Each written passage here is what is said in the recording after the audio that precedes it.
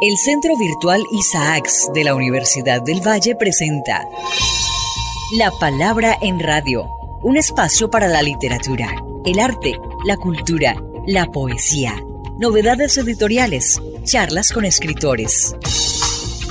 La Palabra en Radio, domingos 10 de la mañana por Univalle Estéreo. Dirige y presenta Darío Henao Restrepo. La Palabra en Radio.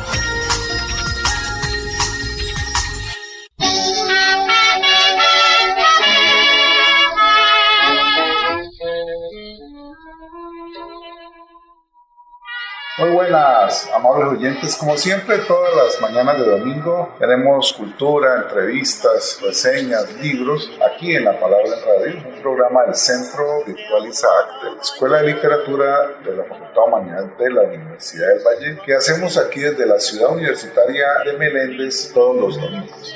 Hoy tenemos un invitado muy especial. Hemos venido a la ciudad de Barranquilla al encuentro de Ríos Hermanos Magdalena Cauca y hemos aprovechado porque vamos a presentar el proyecto de Manuel Zapata Olivella a la Universidad del Atlántico con el fin de que se pueda hacer algo semejante con la obra del filósofo Julio Enrique Blanco de la Rosa. Y estamos aquí en la casa de su hijo, de Pedro Blanco Lassen, que es quien ha guardado cuidadosamente durante muchísimos años la obra de su padre, que la Universidad del Atlántico quiere rescatar, publicar y seguramente con una plataforma virtual como la que hemos hecho para Manuel Zapata Olivella. Entonces, muchas gracias, don Pedro, de estar con nosotros y empezamos preguntándole en qué consiste el acervo que usted ha cuidado con tanto amor y con tanto celo de su padre. Bueno, realmente lo que se ha cuidado como acervo de él data de muchos años, de tal vez medio siglo, 50 años, porque cuando vivía aún en la casa paterna, pues él guardaba la mayor parte de sus escritos en su biblioteca y en su estudio,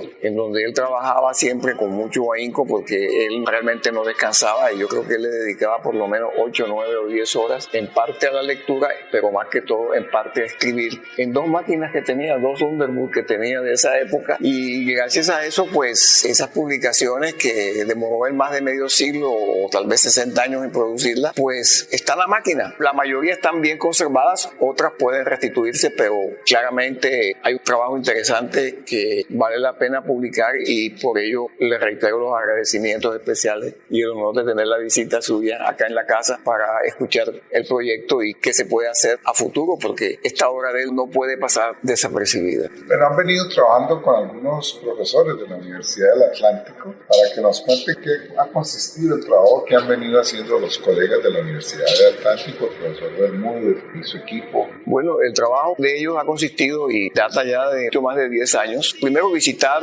la casa, ir mirando los archivos, ir haciendo un inventario de cada uno de los escritos de los tomos que hay y entonces hacer como una clasificación de esos archivos. Podría ser de un interés inicial en materia filosófica, que fue el fuerte de Julio Enrique Blanco. Entonces, gracias a esa labor, pues se tiene ya, digámoslo, una plataforma o por lo menos un proyecto de por dónde podría comenzarse a hacer esas publicaciones, porque es nuestro interés que eso se haga pues ya en este momento lo más pronto posible y se busque una proyección internacional. Como me han anotado René y Eduardo, la Universidad en Viena pues ha habido un interés muy particular y estaba muy sorprendido de que Julio Enrique Blanco, un filósofo acá de un país sudamericano desconocido allá, y ya tuviera algún contacto con los filósofos de esa época y que ya haya escrito sobre ellos. Yo no tengo todo el detalle en mi memoria, pero sí podemos conseguir o tener el archivo completo para el conocimiento de ustedes y lo que se puede hacer un poco más adelante. Y la idea de la publicación con la Universidad del Atlántico es digitalizar toda la obra, pero también hacer publicaciones de libros, de revistas y si es posible subir esos archivos a una plataforma virtual. La familia va a ceder todos los derechos, va a dejar ese acervo en la Universidad del Atlántico. Bueno, ese es un punto que no lo hemos todavía tocado a fondo, pero en lo que respecta a nosotros tenemos que mirar y somos muy proclives a llegar a cualquier acuerdo o cualquier convenio con la universidad para que eso siga adelante, que realmente nosotros no estamos buscando con esto ningún beneficio económico, simplemente queremos perpetuar la memoria de él como colombiano y como filósofo importante del siglo XX. Eso no debe quedar inédito, eso debe publicarse y estamos seguros todos de que eso se puede lograr con el proyecto que hay y que ustedes han mostrado tanto interés. La palabra en radio.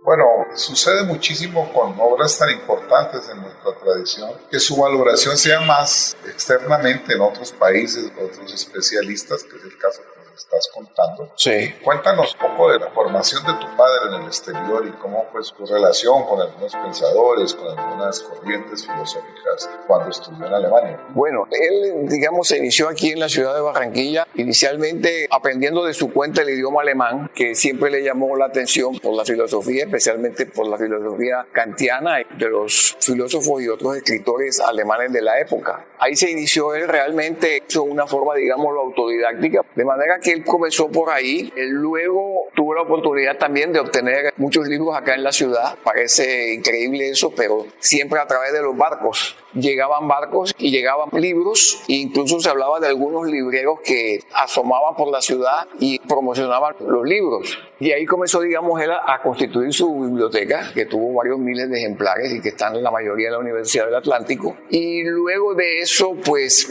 por, digamos, razones personales de sus padres, tuvo que emigrar a Nueva York, también en la década de los 20, en donde vivió un par de años. Allá siguió adquiriendo libros y luego, más adelante, cuando algunos negocios familiares inicialmente los requirieron en Europa, entonces fue cuando él aprovechó las dos cosas. Se dedicó a estudiar y a viajar. Él tuvo oportunidad de hacer estudios en Alemania y en Francia en materia filosófica y desde luego aprovechó esa década del 20 y parte del 30 para viajar casi que, digamos, por medio mundo. España, Inglaterra, Francia, Alemania, Italia, Grecia, viajó a Egipto.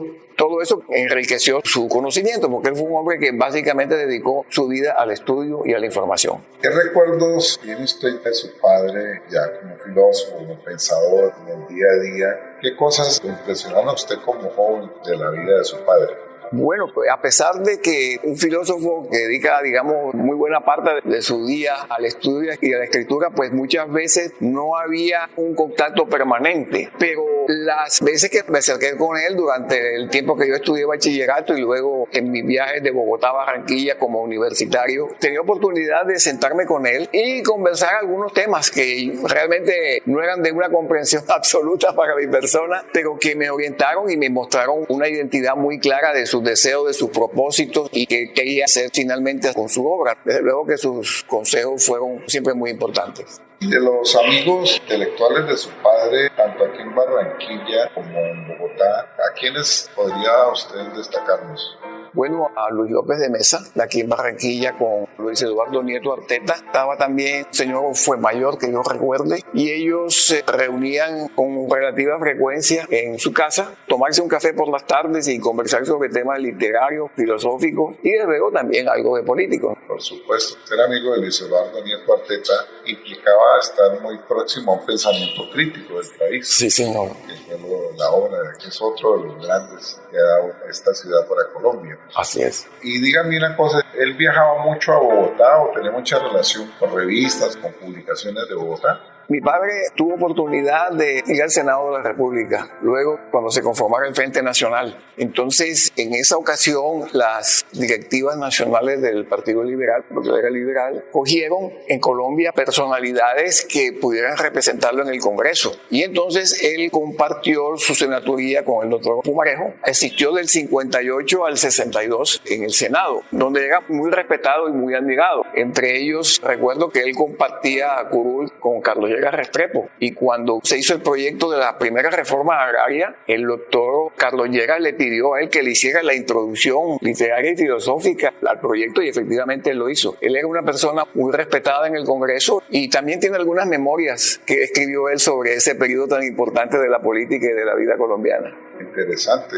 Aquí en el Atlántico, fuera de ser profesor en la universidad y rector, fue secretario de Educación. Ahí fue donde se empezó a gestar la idea de la creación de la Universidad del Atlántico, iniciándose con la Escuela de Bellas Artes, porque él tenía ya un concepto de la cultura griega y todo lo que se produjo como filosofía tuvo su inicio en el cultivo de las artes. Y entonces por eso él fundó la Escuela de Bellas Artes, y de ahí se podemos decir que se inició la Universidad del Atlántico, siempre con la idea ya futurista en ese momento de que fuera también una universidad tecnológica. Y en ese efecto pues era muy reconocida la Facultad de Arquitectura, la Facultad de Química y Farmacia, entre otras, que produjo grandes profesionales acá en la ciudad. Para que nuestros oyentes entiendan un poco la importancia de Julio Enrique Blanco en el núcleo fundador de la Universidad del Atlántico, cuando comienzan a fundarse una serie de universidades regionales que respondían a las necesidades de desarrollo industrial que se estaban dando, más o menos son de la misma época, que respondían un poco a esas necesidades, y eran núcleos intelectuales como su padre, quienes lideraban y alimentaban y ayudaban a todos estos procesos. Por eso creo que es tan importante que sea la propia Universidad del Atlántico la que haga hoy ese rescate tan valioso. Yo simplemente quiero conocer tu opinión de lo que tú crees hoy tiene de importante la obra de tu padre. Sí, indudablemente que tiene una gran importancia, digámoslo por su universalidad. Como filósofo, como escritor, tiene una gran importancia, sobre todo porque en los congresos internacionales de filosofía, pues como la Universidad de Viena, ya ha empezado a conocérsele, y donde quiera que ha habido alguna exposición sobre él, ha despertado mucho interés. De manera que su obra no solamente es extensa, sino muy compleja, y tiene variedad de temas en el campo filosófico y metafísico. La palabra en radio.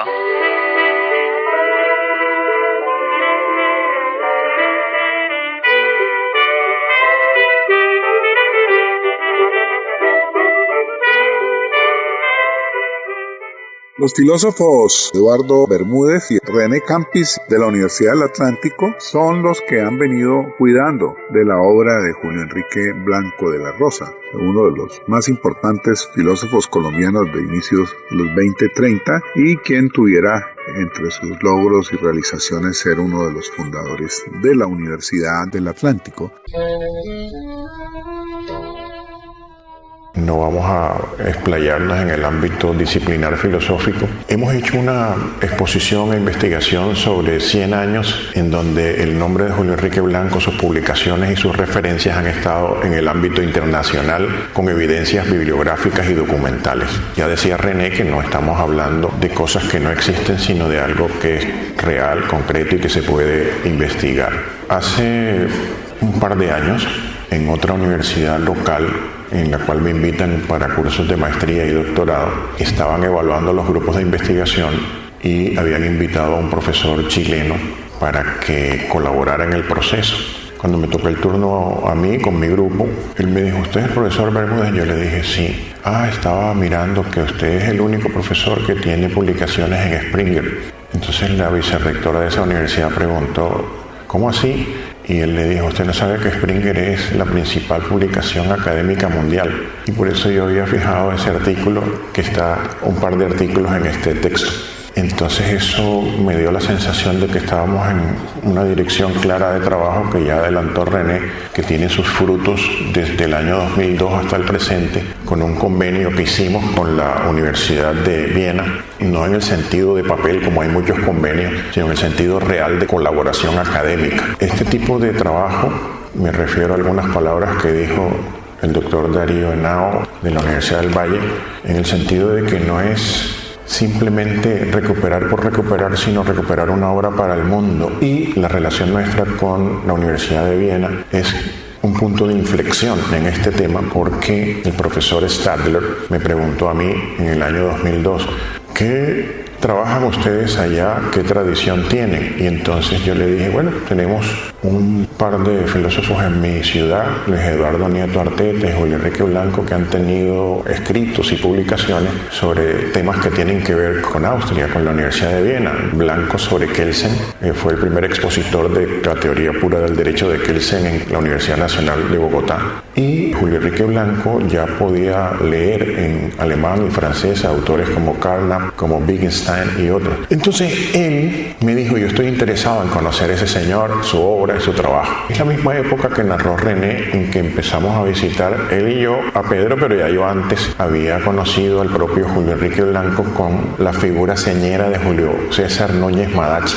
Y aquí entonces voy a más de 40 años antes, cuando éramos estudiantes de filosofía y visitamos la biblioteca departamental asiduamente. Julio creo que hasta dormía allá. La esposa le mandaba emparedados tirándoselos por el balcón.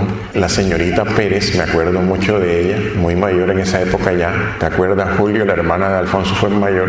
Nos decía, oye, estos muchachos sí les gusta ponerse allá a leer. Entonces le comentó a Meira del Mar que nosotros nos pasábamos allá, nos abrían las salas que no abrían a nadie. Y un buen día, Julio y yo fuimos a hablar con Meira, que este año cumple 100 años de nacida, y por ahí le hice un contacto con una amiga griega para ver si la traduce al francés y al griego. Y ella muy amablemente cogió un teléfono negro de esos de baquelita y de pronto allá como que le contestó, Julio Enrique, hola, es Meira. Supongo yo que Julio Enrique la estimaba tanto, es obvio por la respuesta que le dio.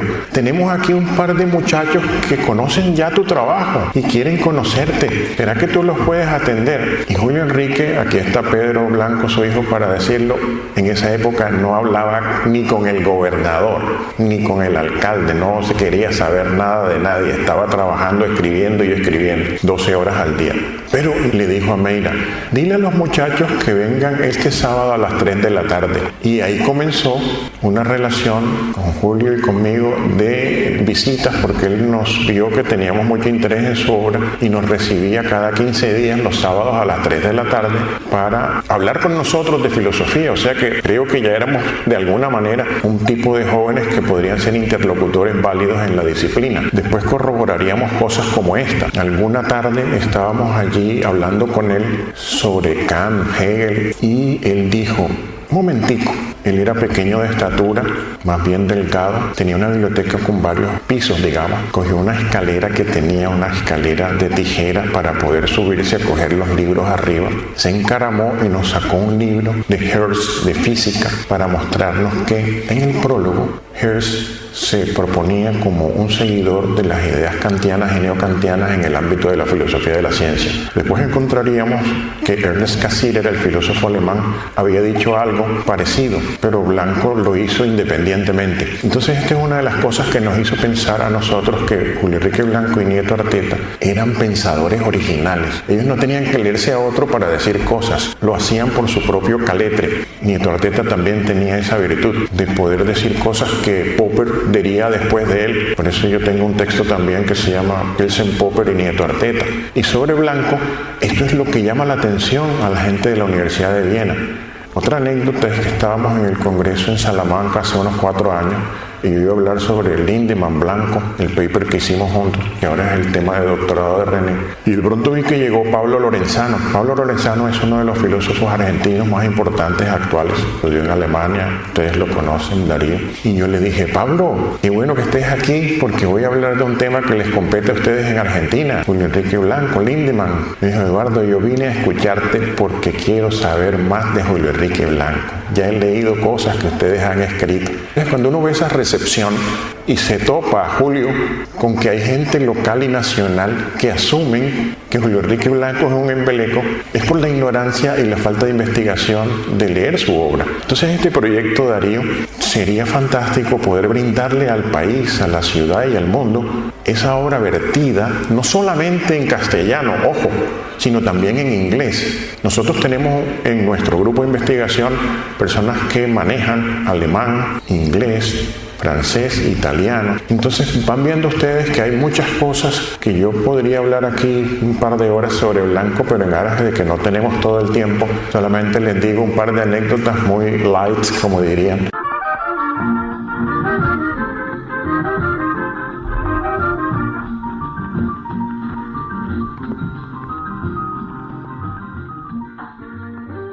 esta historia, si se quiere, comienza para mí recién a principios del año 2000, cuando entro a estudiar filosofía y el profesor Eduardo Bermúdez era uno de mis profesores, como primíparo lo tuve enseñándome teoría del conocimiento. Encontramos afinidad por temas y comenzamos a trabajar, fundamos el grupo de investigación que ya desde ese entonces pues empezábamos con eso, y tanto él como mi otro profesor en ese momento, Julio Núñez Madachi, me hablaban de Julio Enrique Blanco, y yo como buen muchacho primíparo, yo creía que uno tenía que preocuparse era por estudiar los grandes autores internacionales, que bueno, sí puede que haya algo de importancia en algunas figuras nacionales, pero a la larga la filosofía tiene 26 siglos de tradición, y en ese sentido tal vez a los ojos del inexperto o del novato a uno le da la impresión de que hay que, insisto, preocuparse por estudiar la obra y conocer a los grandes filósofos, los que, digamos, de alguna u otra manera han tenido un impacto mayor en la tradición mundial, o al menos en la tradición de la filosofía occidental. Así que ellos me hablaban de Julio Enrique Blanco, yo no les prestaba mucha atención, yo, bueno, sí, muy chévere y todo, pero eso no me llegaba. Entonces ocurrió que felizmente tuvimos un encuentro casual con Pedro Blanco, el hijo de Julio Enrique Blanco, y él nos invitó a visitar la biblioteca y el archivo. Ya para ese entonces, por supuesto, que tanto Eduardo como Julio Núñez tenían muchísimo tiempo de estar trabajando la obra de Julio Enrique Blanco, de haber conocido directamente al filósofo. Y en esa visita, lo primero que me impactó al entrar a la biblioteca fue notar la cantidad de obras clásicas en ediciones originales, en los idiomas originales, y cosas muy específicas, de manera que ya hay un primer llamado que me dice, epa, aquí hay algo interesante. Ya luego, cuando pasamos a ver los archivos, encontramos unos estantes que son 2 metros, llenos de folders mecanografiados, folios tamaño oficio, y de repente pues ya me terminé de conectar. De ahí en adelante pues lo que siguió fue una labor de recatalogación de los materiales, una labor de revisar inventario físico. Se había hecho un inventario previo a algunos cuantos años antes, pero en esos trajines de la mudanza de la familia de un lugar a otro y de reubicación de los archivos hubo cosas que se traspapelaron, de modo que había que organizarlo nuevamente, y eso hicimos efectivamente en esa primera parte. Como el trabajo de algún modo u otro se hizo intermitente por distintas razones de orden académico y de actividades también propias de la familia Blanco, pasaron unos cuantos años. Luego de eso lo que nosotros empezamos a hacer fue más bien conectarnos, después de esa primera visita, con los cuadernos autobiográficos de Julio Enrique Blanco, quien en 1911 en su cuaderno hace un estudio del análisis de las sensaciones de Ernst Mach, y luego en el 45-46 él publica en la revista Museo del Atlántico un artículo titulado La filosofía en América, que era una respuesta a un ensayo que había publicado Hans Lindemann en la revista Minerva, que dirigía Mario Bunge, que en ese momento era un joven físico que estaba haciendo la transición a filósofo de la ciencia en Buenos Aires. Y en nuestro intercambio académico con el Instituto Círculo de Viena, de la Universidad de Viena, con el profesor Friedrich Stadler, él se interesó en una de las visitas que hicimos nosotros a un evento porque le pareció un tanto exótico que ya en 1911 acá en Sudamérica hubiera un autor que hacía un estudio del análisis de las sensaciones de Mach. Era una cosa inusitada, para que lo tengan más o menos presente, incluso para los estándares de otros países de Latinoamérica, como puede ser perfectamente Argentina, que es pionera, es la punta de entrada de la filosofía de la ciencia en América del Sur. Para ellos eso tampoco es usual. Es decir, estábamos realmente ante una cosa que llamaba mucho la atención. Esa fue la punta de entrada, con eso empezamos a trabajar. Luego nos ocupamos también un tanto de las relaciones entre Blanco y Husserl, porque Blanco en el 38, por ejemplo, publicó nuevamente en la revista Universidad de Medellín 3 lecciones sobre Husserl, que eran una parte de su curso de historia comparativa de los principales sistemas de la filosofía. Y aquí tengo que hacer un alto porque hay que explicar que el proyecto filosófico de Blanco, muy al estilo del filósofo moderno, era el de construir un sistema metafísico que organizara el conocimiento, pero también de algún modo u otro proponer un marco metafísico que fuese comprensivo. Y en su construcción, él, que inicialmente siendo un muchacho de 17, 18, 19, 20 y tantos años, él se debatía entre seguir la línea de la filosofía científica representada, por ejemplo, por la obra de Ernst Mach, o seguir un desarrollo más de la mano de la tradición del idealismo alemán representado en la figura de Immanuel Kant.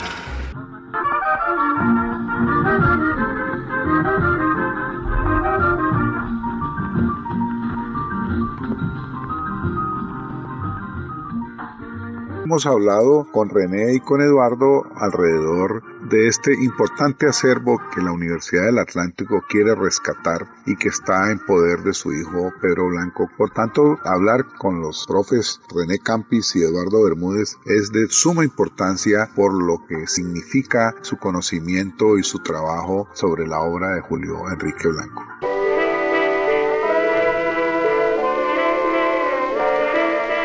Bueno, hemos conversado aquí con Pedro Blanco, el hijo del gran filósofo barranquillero Julio Enrique Blanco, fundador de la Universidad del Atlántico, que ha dejado una obra muy importante. La buena noticia que podemos darle a los oyentes nuestros, y creo que es una noticia para toda Colombia, es el rescate que se está haciendo de esta obra para ser publicada, para ser divulgada a través inclusive no solamente de libros físicos, sino de libros virtuales a través de las nuevas tecnologías de la información que van a permitir que esta obra se le devuelva al mundo, a donde debe estar, a los especialistas, a los profesores de filosofía, a los estudiantes de filosofía, a los profesores de bachillerato que se interesan por estas temáticas, y eso pues es una labor muy importante de la Universidad del Atlántico ahora que venimos a trabajar y a cooperar con esta universidad y la Universidad del Valle que lo represento. Pues, don Pedro, le agradezco muchísimo que haya estado aquí en nuestro programa La Palabra en Radio. Sí, doctor Henao, yo que tengo que estar muy agradecido en nombre de la familia Blanco, el interés que han mostrado ustedes en conocer en detalle la obra de Blanco, y realmente es un estímulo adicional que nosotros tenemos porque es una obra extensa y sabemos que tenemos que hacer el máximo esfuerzo para que eso se conozca, porque estamos hablando de los grandes filósofos colombianos. Muchísimas gracias, le agradezco mucho. Y a ustedes oyentes, les agradezco mucho que hayan estado con nosotros. Shirley Sainz Mosquera en la producción general, en la producción de sonido, a Julián Fernando Marín, quien les habla, Darío Henao Restrepo. Les desean un feliz domingo y los esperamos aquí la próxima semana en La Palabra en Radio 105.3 de la FM Univalle Estéreo.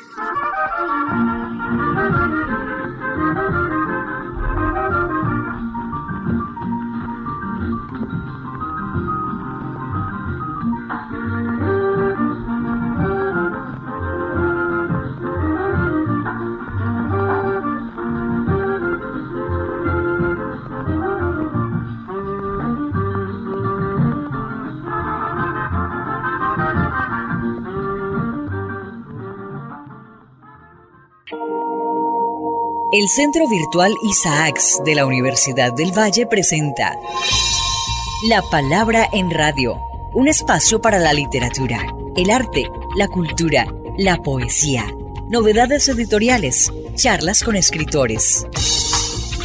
La Palabra en Radio, domingos 10 de la mañana por Univalle Estéreo. Dirige y presenta Darío Henao Restrepo. La Palabra en Radio.